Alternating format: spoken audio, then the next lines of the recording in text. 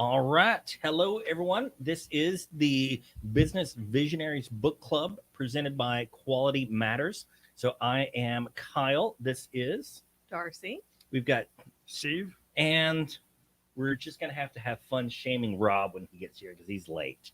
But that's Shame, Houston shame. traffic for you. Or So, poor planning. yes, we are doing another book this month, but kind of a little different than I guess normal. Not exactly when you think about business literature. This isn't the first thing that comes to mind. It is the subtle art of not giving. And yes, and we have our F bomb here, so I'm going to try to limit everyone to one F bomb, but we'll see what Rob does when he gets in. He hadn't got that instruction. I think he's going to win the F-bomb game.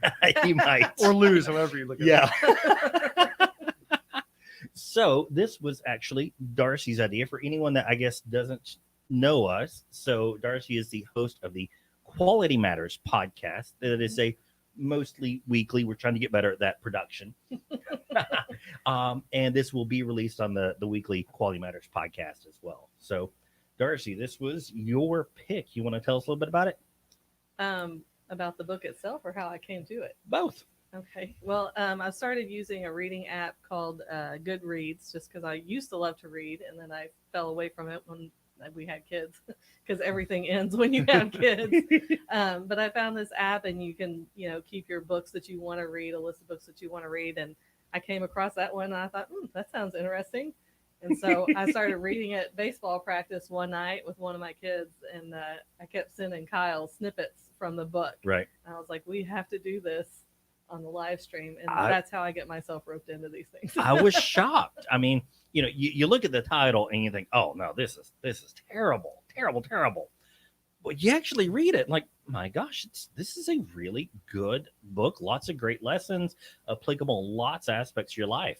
So Yeah, we got to talk about the title because I think that either attracts a lot of people, but maybe also detracts as well. which we've seen.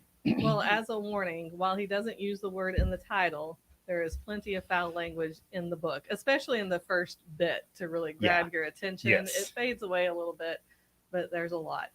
Yeah. I mean, this book could have been called What to Care About, Yes. but I don't think it would have been a bestseller if he did that. I don't No, think so either. I agree. But it does, oddly enough, pair well with the Measure What Matters. It's almost like this is the personal version of kind of the lessons we got from Measure What Matters. Yeah, because it talks about, helps you figure out choosing better values and choosing what to care about. Yes. And then you divide those metrics. Yeah, exactly. Yeah. Well, Steve Jobs, was quoted as saying, what is it?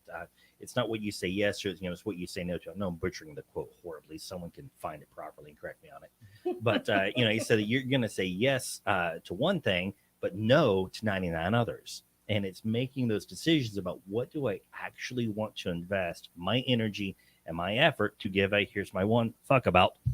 So what do you really want to care about? Well, in another book I've read, Once Upon a Time, said every time you say yes to something, you are saying no to something. Yeah. Yes. So that's something you have to remember. You're choosing what to care about. No, it's true. He gives the example of the lady in the grocery store line, right? She's Oh, all I worried love about this example. about her coupons, right? All worried about her coupons. I worked at Kroger long ago. I have dealt with this lady before.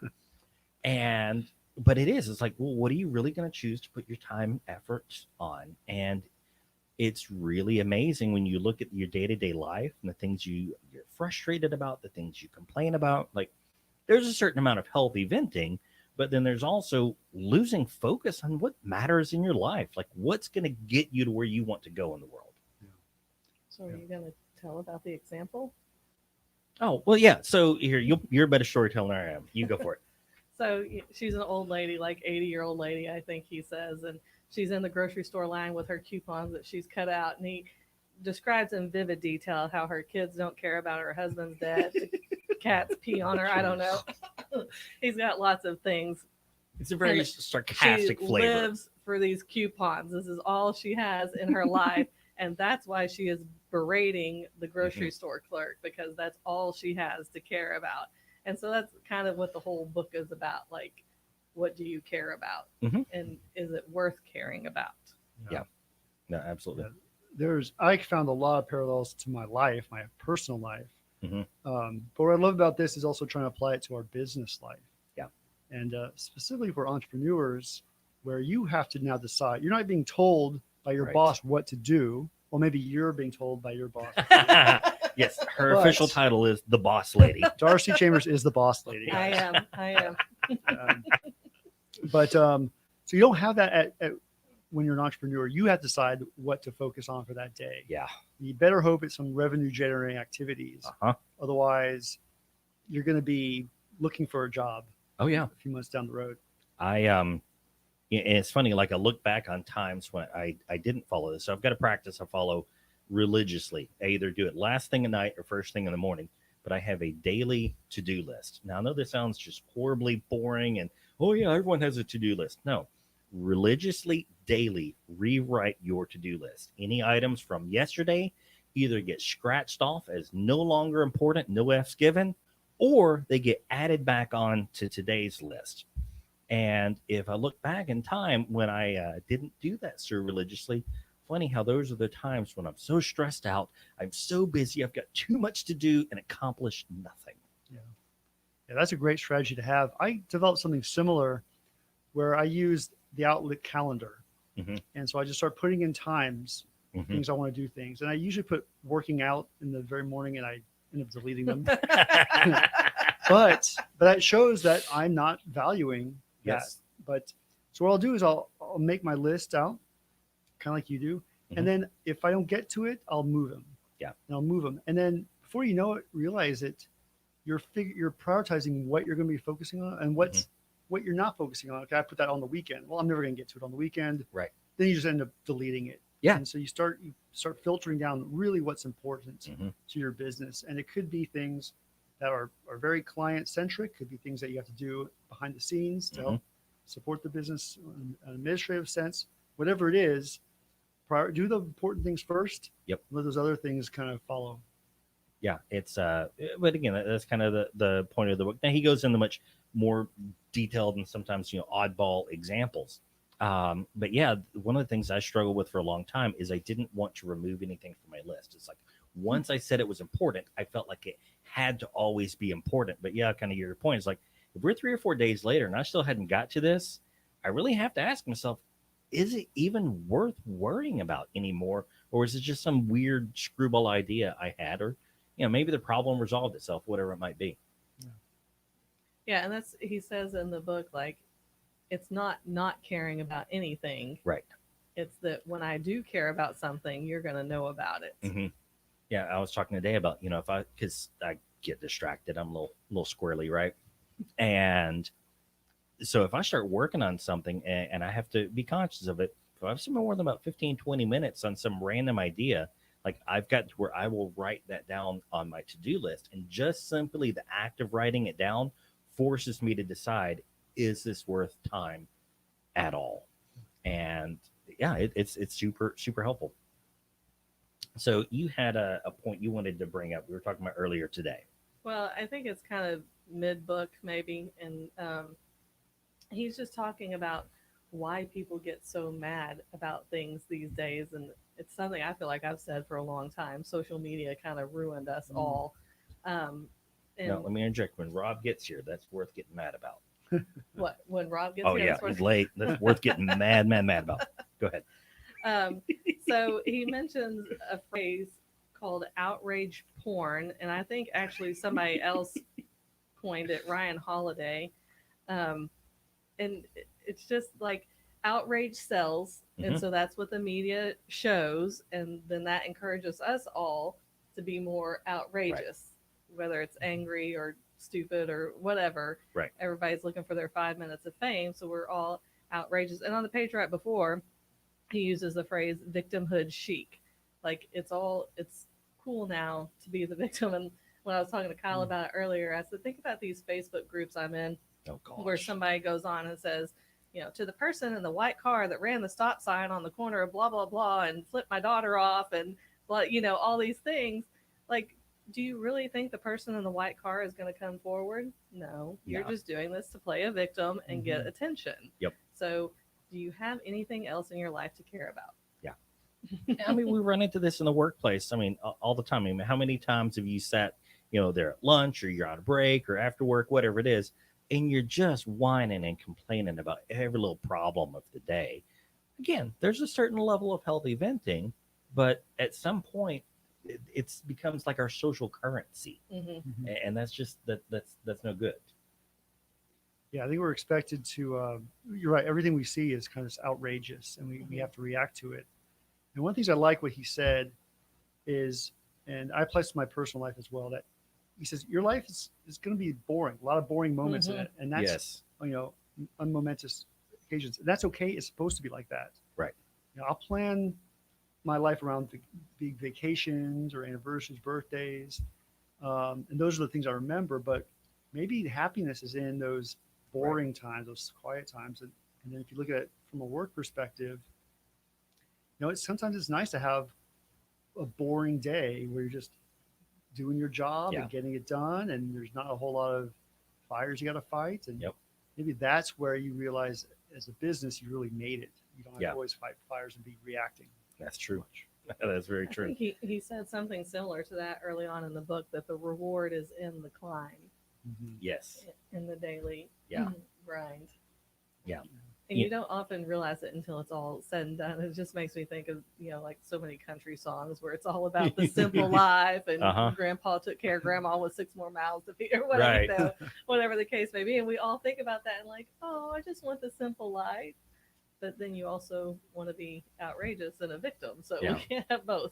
Well, this is kind of oddball story, I guess, but we went to Best Buy to buy another laptop for Darcy recently, and when I was there, I actually ran into my old manager from when I worked there, 15 something years ago, and it was just odd seeing her again. There he is. No, we're not gonna shush. Oh, no. Stop the show for everybody.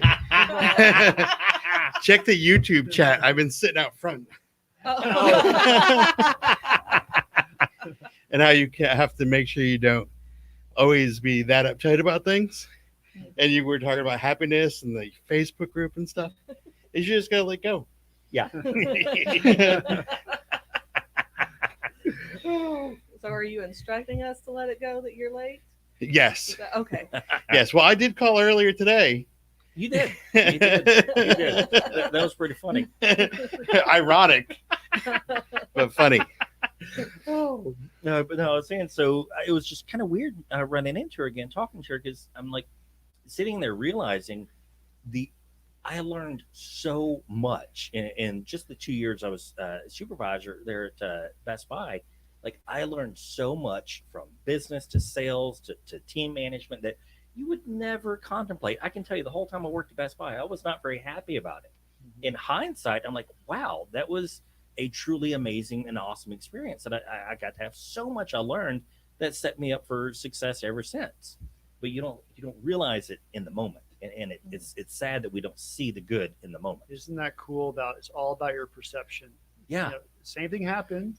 You had that hard job. And when you were doing it, it seemed terrible. It was forced upon you. It was awful. And then, but when you look at it from the other side, what a great experience it was. Yeah. It's so odd how things turn around and change like that. But he talked in the book about how Darcy, you better remember this stuff, is dealing with like the sufferings and struggles in life every day. That there's so much of a kind of like a minimum need for negative in our life, and that's where we actually go back and like this is when you go back and remember, oh, that was such a good time. But in the moment, you give anything to not be there no more. I was talking to a friend today. He's an accomplished opera singer. And burlesque opera singer? Nope. Okay. Emmy-winning Oscar singer, actually. Oh, wow. Opera singer. And we were talking about the differences between what is adversity and what is adventure. Oh. And the difference is attitude. I like it. Because we were sharing a story about and talking about, like he talks about in the book, about values. We were on a camping trip with my son for Scouts.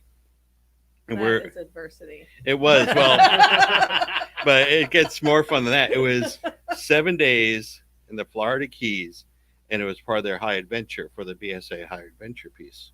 And we were coming out of the mangroves, and we hit a squall, and it was pushing us back into the mangroves. We're on kayaks, Whew. and we get to the point where we're just stuck, Right. pouring down rain and stuff. That sucks. And it sucked at the time. And then we had this like 16-year-old like guide. He's Yeah. probably a little older, but he was just like paddling. We're taking so long, guys, and paddle back out. Like, let's go. And there's 8 of us on the trip, and one of the kids capsized, and another one capsized, and we're standing in the jeez. mangroves. I'm not sure if you've ever stood in mangroves. It's just like slimy mud that you step into. Yeah. So we end up having to push our way out because the wind's pushing us back in and stuff. But that night, the kids and all of us agreed it was the most fun we'd ever had. Now, if that trip had gone off without a hitch, we could easily have gotten back and had that victim mindset. But since we got back and we had the right attitude about it, we're like, oh my God, that was so awesome. Mm-hmm. This is a whole point he makes about happiness is not about the absence of adversity. Happiness is about having adversity. Adversity is part of life. Yeah. It's how you approach it. Problems, solving Yeah. problems. Right. And so, yeah, that's an awesome story. Oh yeah, I have tons of them. I've been having a lot of adversity. But you guys probably see it all the time. People, and he talked about the Megadeth, the Oh, Oh, the yeah. yeah. guitarist, Yeah. and the group he had left was what, Metallica. Right. But he was always upset. But if you ask most people, how cool would it be if you were the lead guitarist for Megadeth? They'd be like, oh, that'd be awesome. Right. But because his mind was programmed to be thinking, man, I could have been part of Metallica, which would have been pretty cool too. Right. But he never appreciated what he had. Now, depending on the metalhead you talk to, they might agree that he got the better end of the Oh, deal. I like a good Megadeth. But My yeah, kids, not so much. it is. It's funny how your perception can change. So the exact same Mhm. event can be viewed so incredibly differently. It's phenomenal. So anyone that hasn't, I guess, read the book, it's kind of a neat story. So I forget the guy's name, but yeah, he was supposed to be the guitarist for Metallica, and then like the day before they're supposed to go on their big tour and record deal or whatever, the band comes to him and says, "Dude, you're out. You're fired." Yeah, didn't think he was good enough.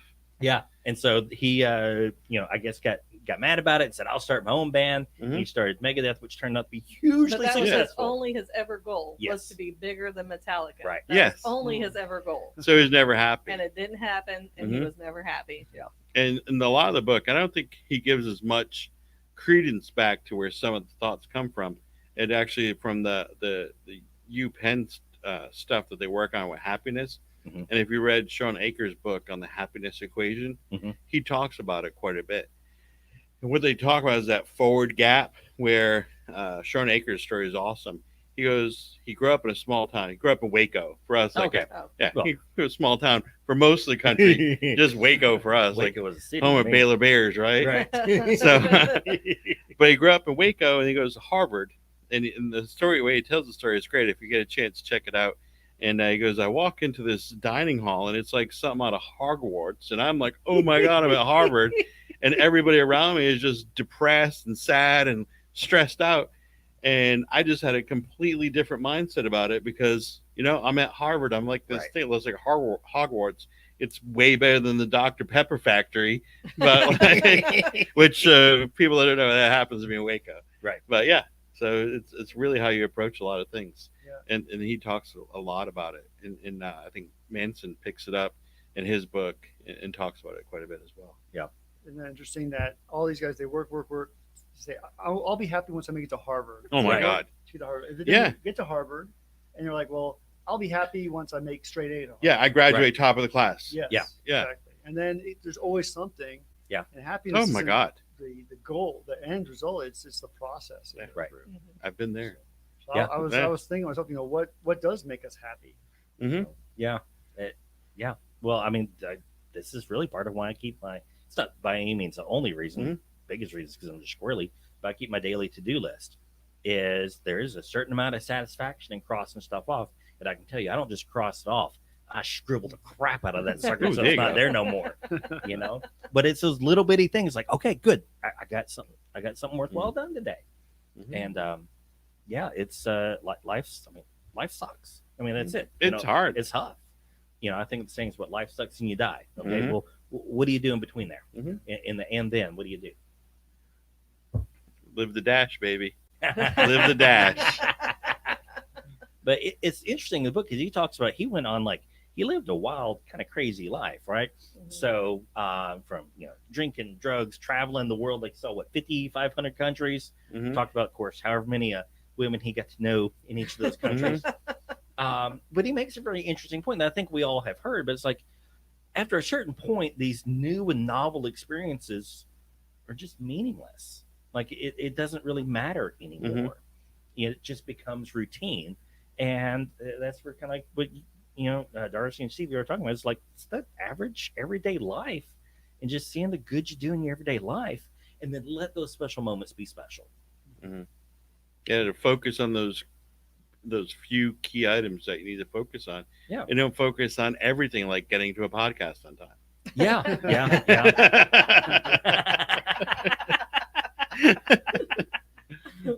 Oh man. Well, I have to say, some time ago, Kyle started with us and our family and our kids about not complaining, and he'll always correct us, myself included, and that doesn't go over too well with the boss lady. No. But once you start making that change and you go anywhere and you're around any kind of social group, you see how much Oh yeah. people complain.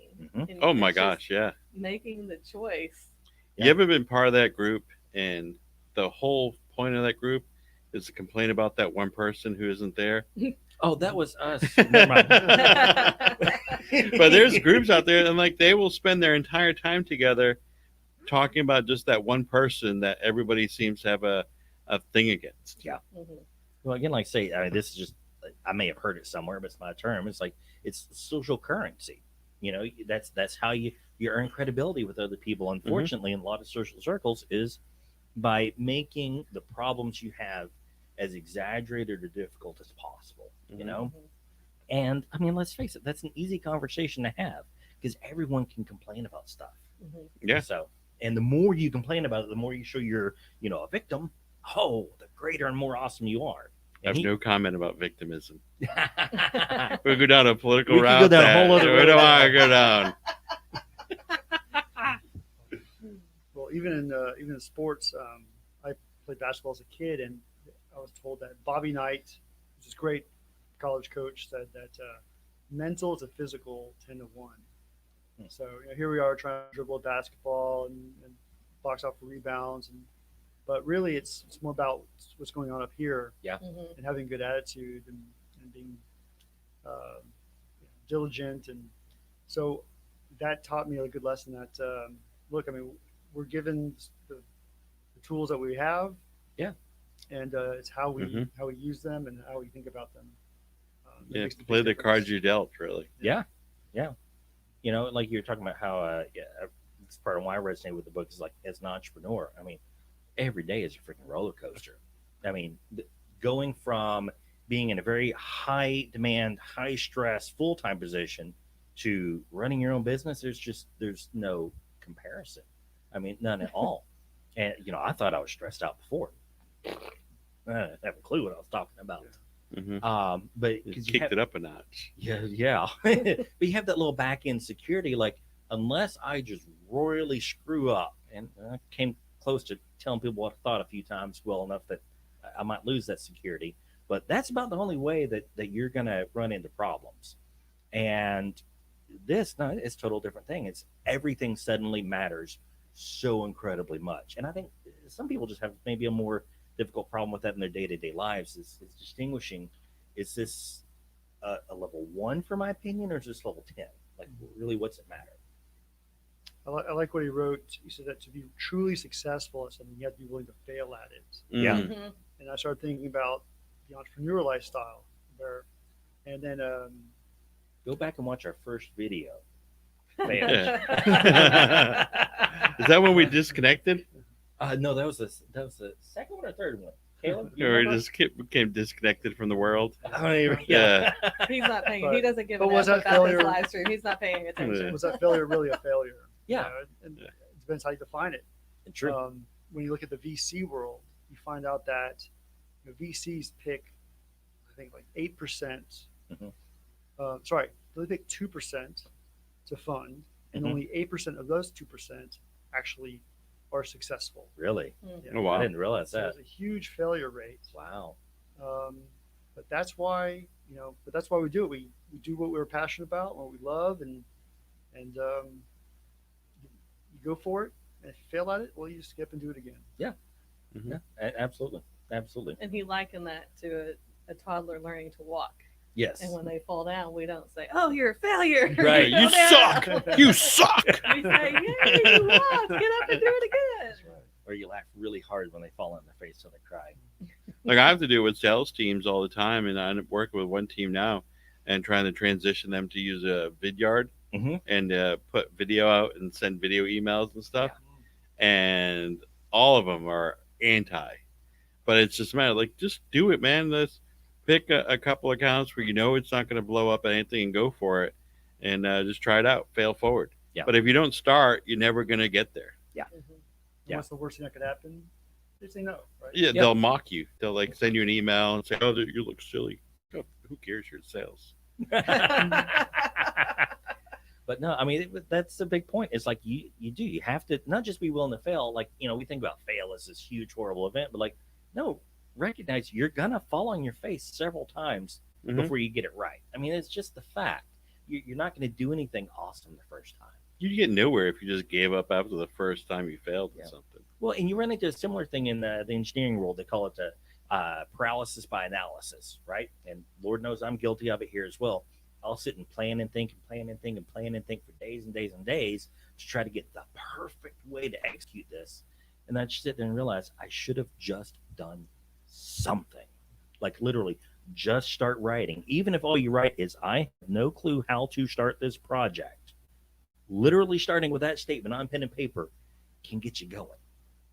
Well, I think it goes back to like not failing, thinking about the social media and the outrage porn. We see all these amazing like sports clips or whatever you see so much of, and kids see that and adults see that and think, wow, I could never be like them. Mhm. But you don't see how Right. many times they failed to get to that point. Yep. Yeah. Have you seen these Dude Perfect guys? Oh yeah, Uh-uh. you haven't I seen don't- Dude Perfect? No, I don't know. what Oh you're my talking God. about. They make the most amazing trick shots, Mhm. Okay. and then they put them all in this one big montage. You think that they just first try everything. Ah. Mhm. I'm guessing it takes them 1,000 times. Thousands. Like these are the guys that like drop a basketball off a bridge, have it bounce off a trash can, Oh yeah. and then drop into like the basketball hoop. Perfect. Right. Yeah. It's But that's it's why it's so amazing when they do it, because they failed so many times. Mhm. It's so exciting and so awesome that they Yeah. finally get to do it. I think it's throw a frisbee and open up a water bottle, which is Oh, kind of What? really? Oh yeah. Wow. We'll try that after the show. After the show. That's our next month's live stream. Well, I talk about like another book that I want to get around to, but it ties in here is Entre Leadership, and in that book he talks a lot. This is Dave Ramsey talking about starting the business. He talks a lot about how it took 10 years to become an overnight success, but it frustrates the tar out of me because he only spends a paragraph on that period of time. I'm like, damn it, I want a whole book on that period of 10 years of struggle and fail and yell and scream and cuss and cry. I want to hear about that. But even then, when he's making the point of it takes so long to become the overnight success, he only spends a paragraph on it. I mean, Mhm. folks just don't realize the struggle that's required. They don't want to acknowledge the struggle. Yes. Mhm. And then you realize what you really truly value. Like, if I want to work out and get in really good shape, but I'm not willing to run on the treadmill or eat Yeah. right, well, then do I really value that? Right. And, Mhm. Yeah, it's one thing to value the result, but not the work to get there. You want to do something, but not really want to do it. Because we don't want to fail. That's and true. Yeah. and he talks true. in the book about, by definition, we can't all be unique, because then we wouldn't be unique. Right. So it has to be okay to fail Mhm. and be normal. And again, that average everyday existence is really something to value. Well, hey, do y'all have any other, I guess, final thoughts or points you really want to dig into here? I think we addressed one of the comments about. I think someone put out there about the title of the book Oh. having like a Vulgar. suggestive vulgar title and stuff like that. But I think life isn't clean, and using frank language sometimes is fine, and and I'm sure he did it as a little bit of a marketing ploy to get it Oh, out yeah. there, Mhm. and it got chatter about it because of that. But I think the fact of the matter is you, I think it's from Ferris Bueller or one of those times.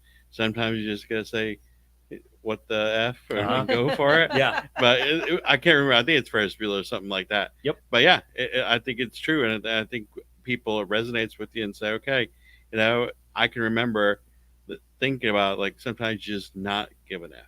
Mhm. You just Mhm. like step back and say, you know what, this isn't a part of what my core values are, and Yeah. I'm just gonna be like, yeah, you do your thing, I'll do mine. No, exactly. Well, And to that comment, I am the person that chose the book, a female. Mhm. Gasp. But I don't like the word either. I very No. rarely say it, and Agreed. even if I say it in front of Kyle, I still whisper it like I didn't say it. And like I said earlier, there's still a lot of language throughout it. It does not take away from the valuable insights Yep. in the book. So not if at all. you're, Yeah, I agree. uh, Yeah. but you kind of have to wait how, and I get this part of the core what he talks about is like you have to wait how important these things are to you. Darcy and I'll have I can't even say disagreements, but she'll ask me for my opinion on stuff so often, and I'll just tell her I'm not even going to bother telling you my opinion, and she's like, well, why not? I'm like, in a 1 to 10 scale, my opinion is a 1, so whether I agree or disagree, it doesn't Yeah, matter. do your thing. I don't care. It's a 1 either way. This discussion is a 3, so let's stop. hmm hmm Oh man. Well, I kept stopping and asking myself, what do I really value? What's really important to Yeah. me? And I kept coming across, and it sounds a little bit corny, but really about the relationships that I've made. And Mhm. one of the stories I had we had a company that just merged with another company, Sure. kind of a merger of equals, and kind of threw the whole business in kind of a disarray for several months. I bet. And so I had and I brought my department in. I noticed that people weren't really interacting anymore. They were more blaming each other. Most cases were missing deadlines or making mistakes. So I brought everyone together in the big conference room, and I gave them all 3 pieces of post-it notes. So Mhm. write something on each of 3 that makes you feel successful. Okay.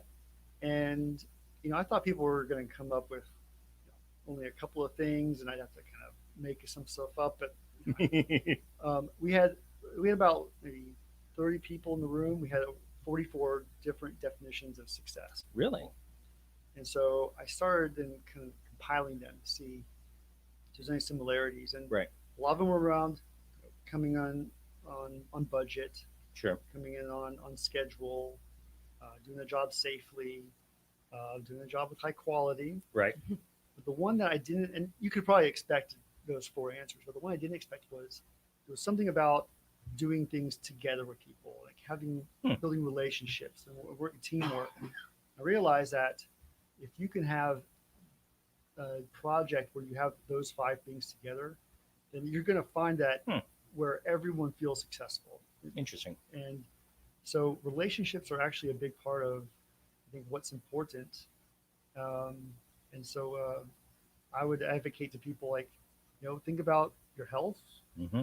first, your family and your friends as something that put some value on, give it time, work on it. Don't try to avoid the adversity, Mhm. but, have those tough conversations or have those heart to hearts, because that's really what what makes life meaningful. Interesting. Agreed. Yeah. That would be a good little case study or blog post to go through the analysis of that. I think that'd be a lot of fun to dig into. Yeah, we did an article about it, and Oh, yeah? it was published. Oh, really? Yeah. Oh, well, we gotta Wow. share Mhm. that. Right. All right, yeah, we'll put Get it in it the to me. comments. We'll get it in the Sounds show like notes. a podcast It topic. does. It does. That'd be fun. That'd be a lot of fun. But yeah, no, it's very interesting to see how people define success. I tried to think about it for myself. Like, it's probably something I need to sit down and really detail for myself. I mean, I love making lists and defining things, but I think it'd really be kind of something fun to challenge folks with is write down, 3 or 4 things tonight and say, what is it that I really value? What would make me feel, valued or successful in the situation? I think that's interesting. Mhm. So, any other comments, feedback? Yeah, I like the book. I recommend it to people. The one thing I will say is if you're an Audible person, Don't have your kids in the car at the time. Probably so. That did happen to me. We were driving Louisiana. I was like, "Oh, we'll play this book," and I was like, "Ooh, Maybe not. yeah." Well, I did listen to it with our 12, almost 13-year-old. I took the kids to Arkansas to visit family, and the two little ones had headphones to watch a DVD player. And we've been trying to get him to read some of these books, and he just won't do it on his own. And I wanted to reread it before this, so we played it. I said, Jesse, you got to highlight these for me, and he got a kick out of all the cussing. So. Oh, that's funny. When we started promoting this one, we didn't use the F word. We just Right. put The little just asterisk the in letter. there. Yeah. But it actually offended somebody, and they put that in the comments. And my initial reaction was, "Oh man, I feel bad. I didn't mean to offend this person." Right. But then I realized, no, I shouldn't give an F. about Yeah. that. I Mhm. cannot control how he. Yeah, you Yeah, can I only agree. control what you can control. I And agree. I think that was a key part of the book. It's like you need to just focus on what you control. You can't control other people. What's he talk about being a Buddhist? You just Oh, have yeah. to be a Buddhist, like be in the now and stuff. Yep. Well, he gives this another great example that he gave in the book is he talked about how folks tend to want to fall in like a couple of categories, right? You're either the person that's always needing rescued or you're the person that's the rescuer. And that one kind of hit hard with me because I realized as I'm listening to like, oh my gosh, I'm the guy who wants to be the rescuer for everything. Mm. And so, every time Darcy has a problem or there's a problem at work, whatever it is, like I want to jump in and fix it right away. And it is so freaking hard for me to just step back and say, no, these people are good. They're competent. They're qualified. They can take care of their own problems. Hush and back away. Mhm. It's very, very hard. It is And to hard. let your kids solve their own problems. Oh, yeah. gosh. Yeah, that is a battle because I'm all about like let them go. Yeah. Let it go. See what happens. Yeah. And my wife's like, no. I grew up where my parents were like, "Don't do that. You could hurt yourself. Be Yes. careful. Don't take chances." And I realized I was very risk averse because of that. Mhm. And then for my kids, I had the tendency to do the same thing. But Mhm. now I'm thinking, but I hold back and say, look, they hurt themselves. What's the worst? They fail. Just get back up Mhm. and they learn something from it. Yeah. And that's what life is about. Yeah, I was talking to my sister on the way here because I'm a Gen X. She's a millennial, and she has more of a like, oh, be careful kind of mindset where I'm like, Yeah. I tend to let the boys go and make their mistakes and hurt themselves. Our youngest, it's a girl. She's a girl and she's 5.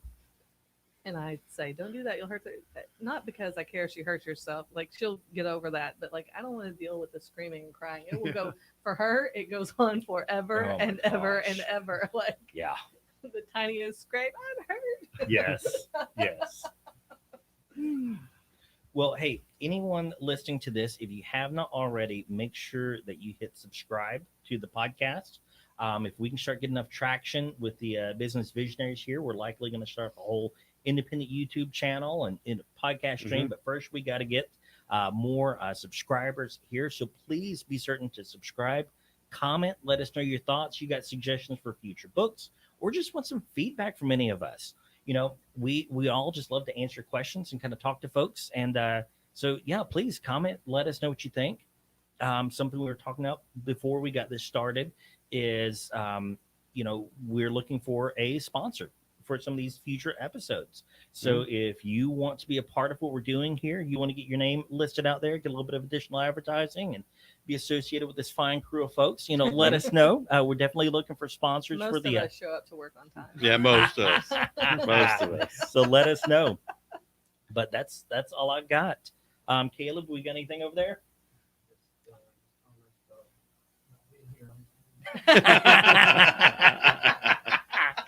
All right. So, man, that doesn't get very much praise. We got Caleb over here. He's our services manager. Yay. Subs in as our live stream producer. So, very much appreciate that. That's all I got. Unless y'all got any final thoughts or comments here. No, thanks. Great to have Awesome. the boss lady with us. Thank you, Yes. guys.